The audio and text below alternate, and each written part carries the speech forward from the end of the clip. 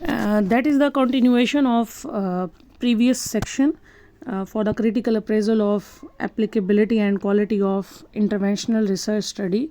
So that is the part B that consists of appraisal of quality of research interventional research study के हम interventional studies की quality में क्या क्या चीज़ें अपने माइंड में रखेंगे जब भी कोई हम एक आर्टिकल रीड कर रहे होंगे.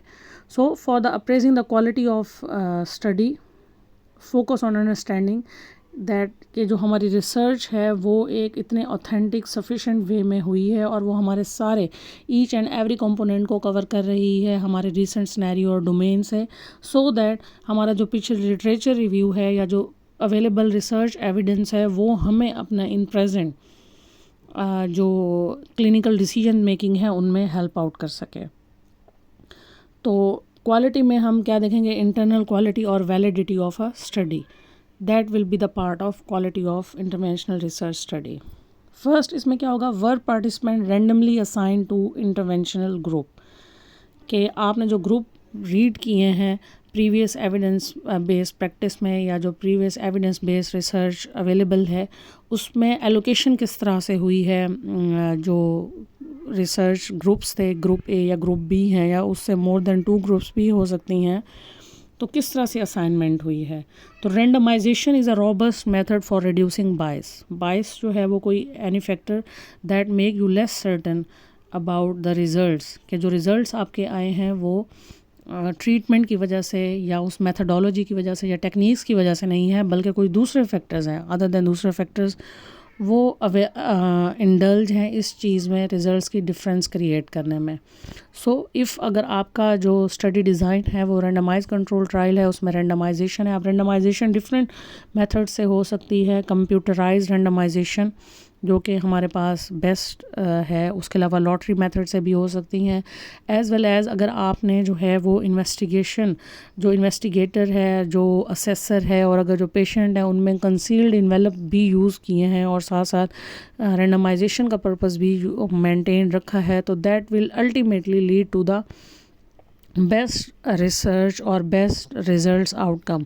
तो आप उतने ही श्योर होंगे कि जो आपके रिज़ल्ट्स हैं वो किसी टेक्निक की वजह से आए हैं, ना कि कोई और फैक्टर, कोई और कंफाउंडिंग वेरिएबल्स उस पर अफेक्ट कर रहा है. तो उससे आप स्टडी की वैलिडिटी या क्वालिटी इम्प्रूव हो जाएगी और बायसनेस का फैक्टर उसमें कम हो जाएगा. So study design randomise control trial और रैंडमाइज क्लिनिकल ट्रायल दोनों हो सकते हैं इस चीज़ में, रिसर्च डिज़ाइन में यूज़ होंगे इंटरवेंशनल स्टडीज़ में. And RCT is the gold standard for research design of intervention studies. That is the experimental design that will help to compare the two treatments, compare the two groups, more than 2 groups. treatments में हमारे पास एक treatment और experimental group भी हो सकता है और उसके contrast में कोई control group या placebo group भी हो सकते हैं. So RCT is considered one of the most valid design to determine if particular physical therapy treatment has positive effect. कि जो change आया है, difference आया है before and after, pre and post या 2 groups में जो difference है results में वो actually किसी treatment की वजह से है. सो इसमें 2 चीज़ें हैं हमारे पास, एफिकेसी एंड इफ़ेक्टिवनेस. अगर मैं एफिकेसी की बात करूं, efficacy is affect of treatment under highly control condition, कि जो इफ़ेक्ट है वो किसी ट्रीटमेंट की वजह से आया है, विच determine what could happen in the best possible environment. RCT are typically designed to evaluate the efficacy of an intervention. Randomized clinical या control trial हमें किसी भी ट्रीटमेंट की या किसी प्रोसीजर की एफिकेसी को अच्छे से एक्सप्लेन करते हैं या उसके रिस्पॉन्सिबल होते हैं. while effectiveness in which the treatment would be evaluated under more typical clinical conditions. आप अपनी clinical setups हैं, scenarios हैं, cultural settings हैं, patient के beliefs, norms, values, उनको भी mind में रखेंगे, वो effectiveness का part होंगी. Speaks to what is likely to happen if treatment is given to the patient. Second one is the sampling procedure or recruitment strategy likely to minimize bias. कि आपके article, जो आप previous articles देख रहे हैं उनमें देखें कि सैम्पल किस तरह से लिया गया है और पेशेंट्स या जो आपकी पॉपुलेशन है, स्टडी पॉपुलेशन, वो किस तरह से रिक्रूट की गई है. ये भी एक क्वालिटी का, इंटरनल क्वालिटी और वैलिडिटी का पार्ट है. उसमें हमारे पास एक चीज़ सैम्पल साइज़ है और एक पावर ऑफ स्टडी. ये 2 चीज़ें जो हैं वो इम्पॉर्टेंट रोल प्ले करती हैं. सैम्पल साइज़ ऑफन हमारे फिज़िकल थेरेपी में क्या होते हैं कि सैम्पल साइज स्मॉल होते हैं, सम टाइम बहुत ज़्यादा स्मॉल होते हैं, ताकि स्टडी रिजल्ट्स जो हैं वो फिर कि आपको बिलीव करने में भी इशू हो। लेकिन अगर आपका सैम्पलिंग टेक्निक, सैम्पलिंग प्रोसीजर्स और सैम्पल सिलेक्शन या स्टडी पॉपुलेशन इस तरह की है कि रेयर डिजीज़, रेयर कंडीशन है, लेकिन आपने सारे जो क्राइटेरिया है रिसर्च प्रपोजल के वो फुलफिल किए हैं, तो वो हम उसे वैलिड कंसीडर करते हैं। So it is sometimes become difficult and costly to obtain large number of subject with certain type of injury, movement issue और medical problems। कि अगर आप कोई ACL इंजरी पे करना चाह रहे हैं तो मे बी आपके पास उस तरह के पर्सनस ना हो जो ACL इंजरी को सफ़र कर चुके हों, या अगर आप कहीं लार्जर एरिया में कंडक्ट करना चाहो तो वो आपके लिए कॉस्ट इफ़ेक्टिव भी नहीं होगा, और टाइम मैनेज करना या उस तरह के इंडिविजुअल को रिक्रूट करना, वो सारी चीज़ें आपके लिए ज़रा डिफरेंस क्रिएट करेंगी। सो अगर फिज़िकल थेरेपी में सैम्पल साइज स्मॉल है लेकिन वो वैलिड और ऑथेंटिक वे से लिया गया है तो दैट विल बी सफिशेंट, और वो आपकी रिजल्ट्स हैं या जो आपका क्लिनिकल एविडेंस है उसको जस्टिफाई करेंगे। Next, power of study. Without sufficient number of subject आ स्टडी में lack power. Power is statistical term. तो power of the statistical test is likelihood that test will test detect करेगा कि जो difference है ग्रुप में वो ट्रीटमेंट की वजह से है, more likely due to the treatment, not any other thing. कोई और चीज़ वो डिफरेंस क्रिएट नहीं कर रही। Size of the sample affect power. If sample is too small, it is possible for the result of study to suggest that there is no difference between the treatment, when in fact there is a difference. The study conclusions are not helpful for clinical decision if the study lack power। अगर study जो है वो अपनी power maintain नहीं कर सकी अपने sample small होने की वजह से, या एक्चुअल डिफरेंस को डिटेक्ट नहीं कर चुकी बिटवीन ग्रुप, बिटवीन पॉपुलेशन, तो स्टडी की जो क्वालिटी है या उसकी जो वैलिडिटी है वो कम हो जाएगी, क्योंकि उस स्टडी की पावर जो है वो नहीं है उस स्टैटिस्टिकल टर्म्स में। Next one is, are all participant who entered the study accounted for. कि इनिशियली जब कोई रिसर्च में पॉपुलेशन इंडल्ज की गई है या रिसर्च को कंडक्ट करना स्टार्ट किया गया है, तो जो पार्टिसिपेंट जितने थे, सपोज करें 50 नंबर ऑफ पॉपुलेशन थी और आपने 20-25 जो हैं वो दो ग्रुप्स में डिवाइड किया है, तो फिर जब स्टडी एंड हुई है तो क्या वाकई ही वो 25-50 की पॉपुलेशन जो है वो रिजल्ट्स उसी के ही कंडक्ट किए गए हैं। Ideally greater than 80% of participant complete the study, and the reason for any participant not finishing is provided।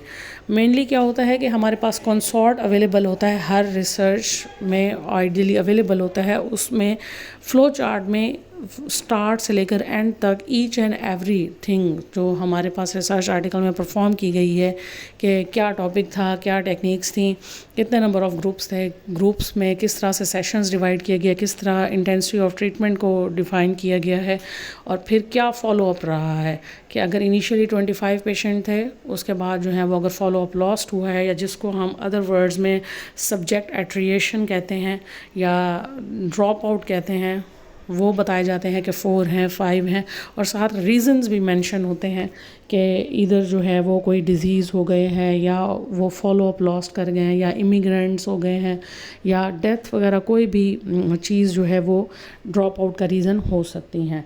सो अगर जो नंबर ऑफ़ पार्टिसिपेंट जितने एक्चुअली इंक्लूड किए गए थे वो कंटिन्यू रखते हैं, that is well and good.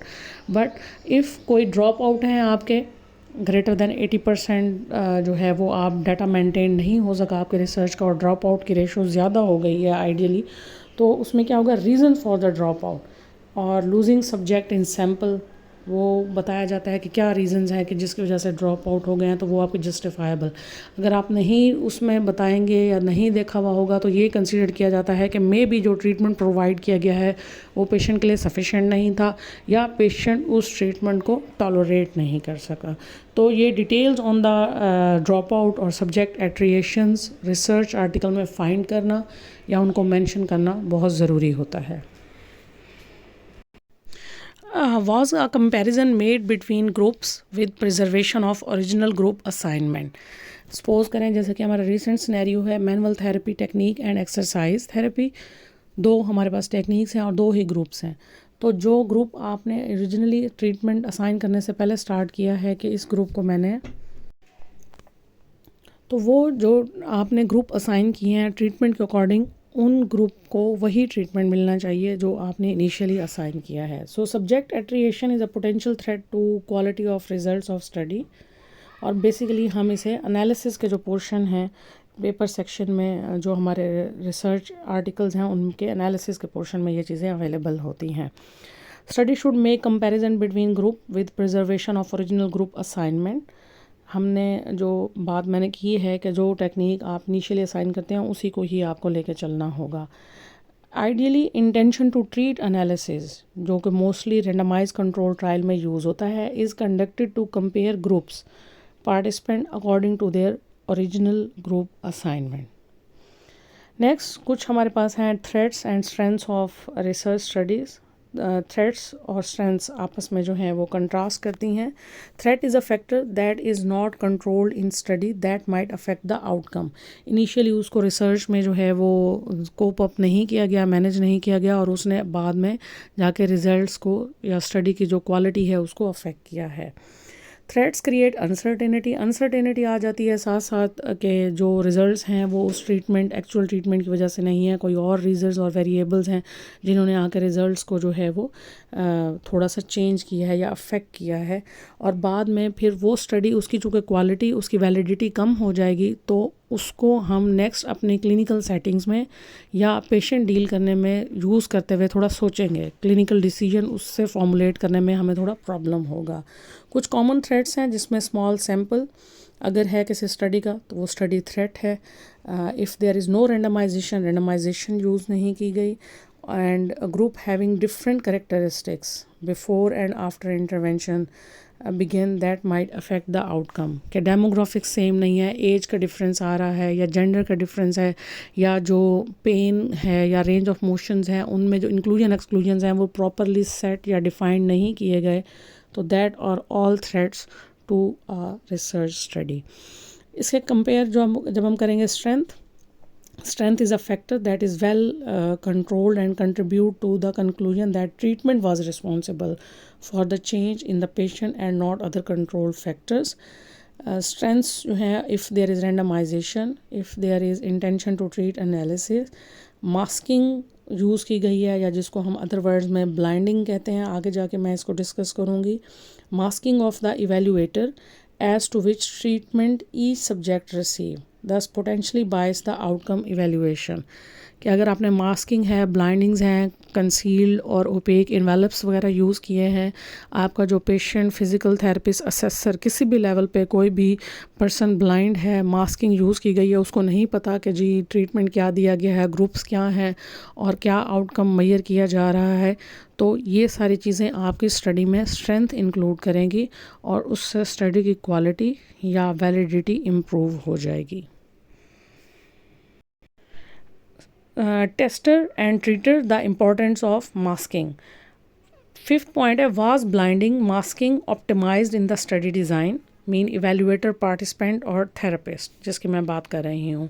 If blinding को ऑप्टिमाइज़ किया गया है स्टडी में, कि किसी भी लेवल पे अगर किसी स्टडी में इवेल्युएटर ब्लाइंड है जो रिजल्ट्स को इवेल्युएट कर रहा है, या जो पार्टिसिपेंट्स हैं उनको ग्रुप का आइडिया नहीं है, या क्या ग्रुप को किस ग्रुप को क्या टेक्निक दी जा रही है, या जो थेरेपिस्ट हैं वो दोनों ग्रुप्स हैं, 2 ग्रुप्स हैं, 3 ग्रुप्स हैं, जो भी हैं उनको नहीं आइडिया कि जो बिटवीन ग्रुप क्या जो सिनेरियोज़ हैं या किस तरह के पेशेंट लिए गए हैं या क्या टेक्निक्स अप्लाई की गई हैं, तो वो सारी आपकी ब्लाइंडिंग में इंक्लूड होगा, या इसको हम मास्किंग कहेंगे.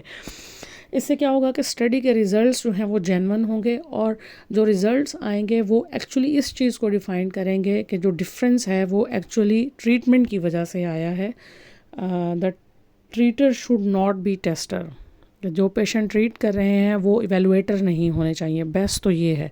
उसमें क्या होगा कि अगर कोई फ़िज़िकल थेरेपिस्ट हैं, अगर वो किसी ट्रीटमेंट टेक्निक उनकी जो है वो कह लें कि फेवरेट है, या उसकी जो पर्सनल ओपिनियन है, या अपना कोई रेलिवेंट या कोई और अदर सिग्निफिकेंट कॉज हो सकती है, तो वो रिज़ल्ट्स को अल्टीमेटली इंटेंशनली और अनइंटेंशनली अफेक्ट करेगा. तो जिससे जो रिज़ल्ट्स हैं या जो स्टडी की क्वालिटी है वो थोड़ा कॉम्प्रोमाइज़ हो जाएगी. Most physical therapy related study can not blind therapist. Because therapist और participant due to physical nature of intervention कि आपने पेशेंट को जाके अप्रोच करना है कि मैनुअल थेरेपी की टेक्निक है तो आपने फिजिकली पेशेंट को अप्रोच करना होगा. Bias can be reduced, however, by blinding the evaluator who conduct the outcome measure. कि अगर आप पार्टिसिपेंट और फिजिकल थेरेपी ब्लाइंड नहीं कर सकते तो आप मैक्सिमम कोशिश करें कि जो आपके इवेल्युएटर्स हैं वो ब्लाइंड होने चाहिए. वहाँ पे मास्किंग का कंपोनेंट होना चाहिए. उनको नहीं आइडिया होना चाहिए कि क्या ग्रुप्स हैं, क्या टेक्निक्स हैं और उनका क्या आउटकम जो है वो हम एक्सपेक्ट कर रहे हैं जो आना चाहिए. Next is the equivalent treatment. Aside from the allocated treatment, were group treated equally? The study should describe how equivalence अब हम टर्म में ले सकते हैं कि जो आपके ट्रीटमेंट सेशंस हैं, ट्रीटमेंट इंटेंसिटी है, आपने वंस अ वीक ली है, ट्वाइस अ वीक ली है, डेली ली है या ऑरली हैं आपके या फॉलोअप में चल रहे हैं या जो आपके पार्टिसिपेंट हैं उनको आपने रिफ्रेन करना है from other intervention during study. कि अगर एक पेशेंट है वो आपके पास फिज़िकल थेरेपी ट्रीटमेंट के लिए भी आ रहा है, साथ वो मेडिकेशंस भी ले रहे हैं या कोई और ट्रीटमेंट टेक्निक्स जैसे कि मसाज थेरेपी हो सकती है या सौना बाथ हो सकते हैं, कोई भी सिग्निफिकेंट ट्रीटमेंट हो सकता है, तो आपने ये कोशिश करना है, उसको मैक्सिमम पॉसिबल करना है कि आपका पेशेंट जिस टाइम में फ़िज़िकल थेरेपी ट्रीटमेंट ले रहा है वो अपनी कोमॉर्बिड कंडीशन के लिए दूसरी टेक्निक्स या ट्रीटमेंट्स को अवॉइड करें, ताकि नेक्स्ट जब सेशंस एंड हों या जो हम रिज़ल्ट्स फाइंड आउट कर लें तो वो एक्चुअल हमारी treatment physical therapy treatment based results होने चाहिए, ना कि कोई मेडिकेशन, सर्जरी या कोई और प्लेसिबो कंजर्वेटिव मैनेजमेंट जो है वो हमारे रिज़ल्ट को अफेक्ट कर सके. सो इक्वली भी ट्रीट करना है. जैसा कि आप ये जून विल्सन का केस है कि अगर आप एक ग्रुप को मैनुअल थेरेपी और एक्सरसाइज थेरेपी दे रहे हैं सो ऑब्वियस है कि ट्रीटमेंट ड्यूरेशन उसका इंक्रीज़ हो जाएगा. और अगर आप जस्ट एक एक्सरसाइज थेरेपी दे रहे हैं तो अल्टीमेटली वो 15 to 20 मिनट्स या जो दो ग्रुप हैं वो in term of time, in term of intensity और in term of quality compromised होंगे. सो हो सकता है कि आप मैनुअल थेरेपी और एक्सरसाइज अगर एक ग्रुप को दे रहे हैं तो दूसरे ग्रुप को आपको एक्सरसाइज और एजुकेशन करके उसके टाइम को, उसकी इंटेंसिटी को या उसके जो सेशंस का ड्यूरेशन है उसको बैलेंस करना होगा, ताकि पेशेंट सेटिस्फेक्शन भी अचीव हो एज़ वेल एज़ जो आपका रिसर्च पर्पस है वो भी मेंटेन हो और आपको अपने ट्रीटमेंट के डिज़ायर इफ़ेक्ट और आउटकम भी मिल जाने चाहिए after that all sessions and purpose. Thank you.